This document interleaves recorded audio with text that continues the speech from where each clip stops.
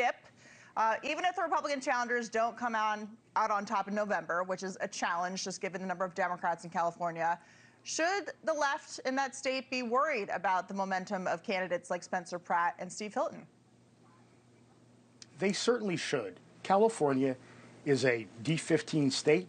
LA is a D30 city. The fact that in California we currently have a Republican leading in the votes for the governorship is amazing. So the left should certainly be worried.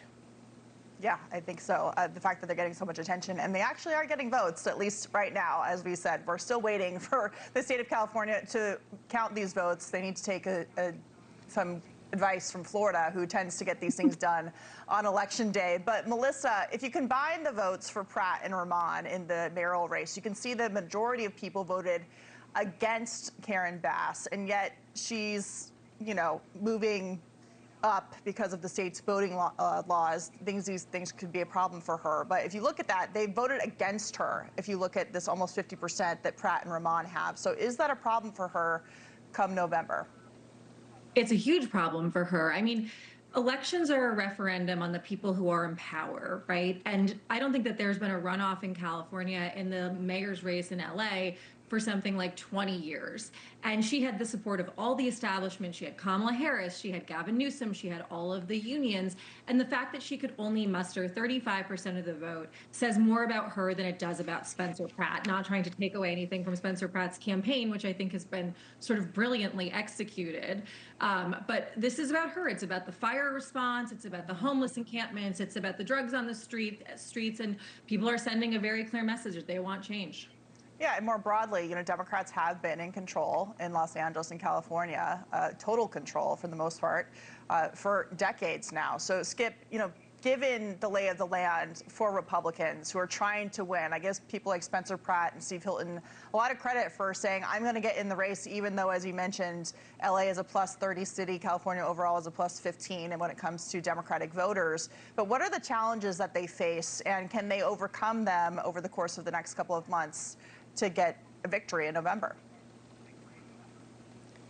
The challenges to victory in the election box are significant, but Republicans are hammering home these quality of life issues that are resonating across the state and in the city of Los Angeles. So if we can keep hammering on those issues, talk about issues that matter, talk about the crime, talk about the overregulation, talk about the overtaxation, and most importantly, talk about the lack of public safety, we do have a real chance to win here.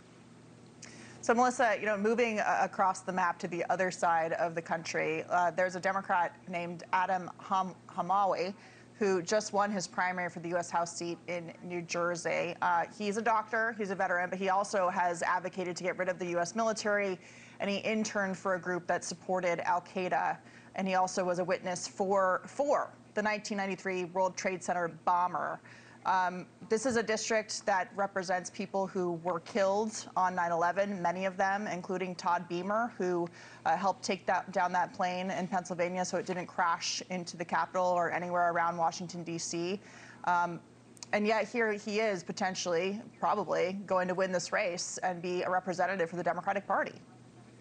Yes, and I think he'll join the squad and proudly link arms with Bernie Sanders and the DSA. And it's just a further reinforcement of the fact that in the Democratic Party, we have a civil war that's been going on that really started in 2016 between Hillary and Bernie, but has been bubbling beneath the surface ever since. And it's really breaking open. And the DSA this cycle is going for broke. They are challenging incumbents in safe seats all across the country because it's really about taking over the Democratic Party and hijacking it and moving it away from the center and further to the fringe. And that's what we saw in New Jersey last night. Mm-hmm. Skip, it is fringe, but it's a pro-Hamas, pro-terrorism platform that they're running on.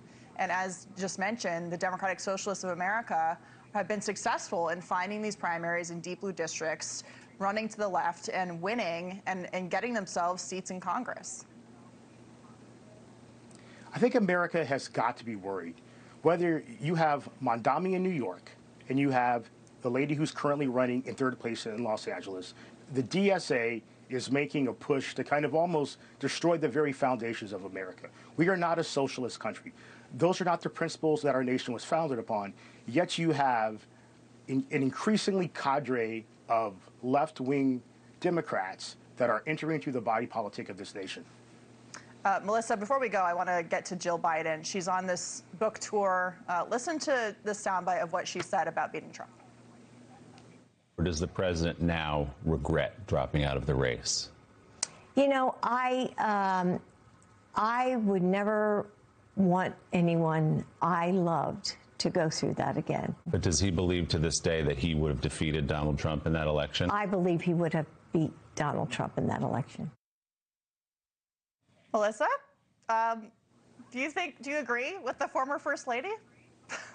I mean, polling showed that after that disastrous debate in June of 2024, that the American public, the majority of the American public, did not believe that Joe Biden was fit to serve another 4 years. So I think everyone has to tell themselves a story to be able to get out of bed in the morning. And right now, Jill Biden is telling hers, but I think that it's divorced from the reality. I think that if anything, Joe Biden gave us another 4 years of Donald Trump by not stepping aside earlier and allowing a proper primary process to play out where the cream could rise to the top and we could have been better prepared.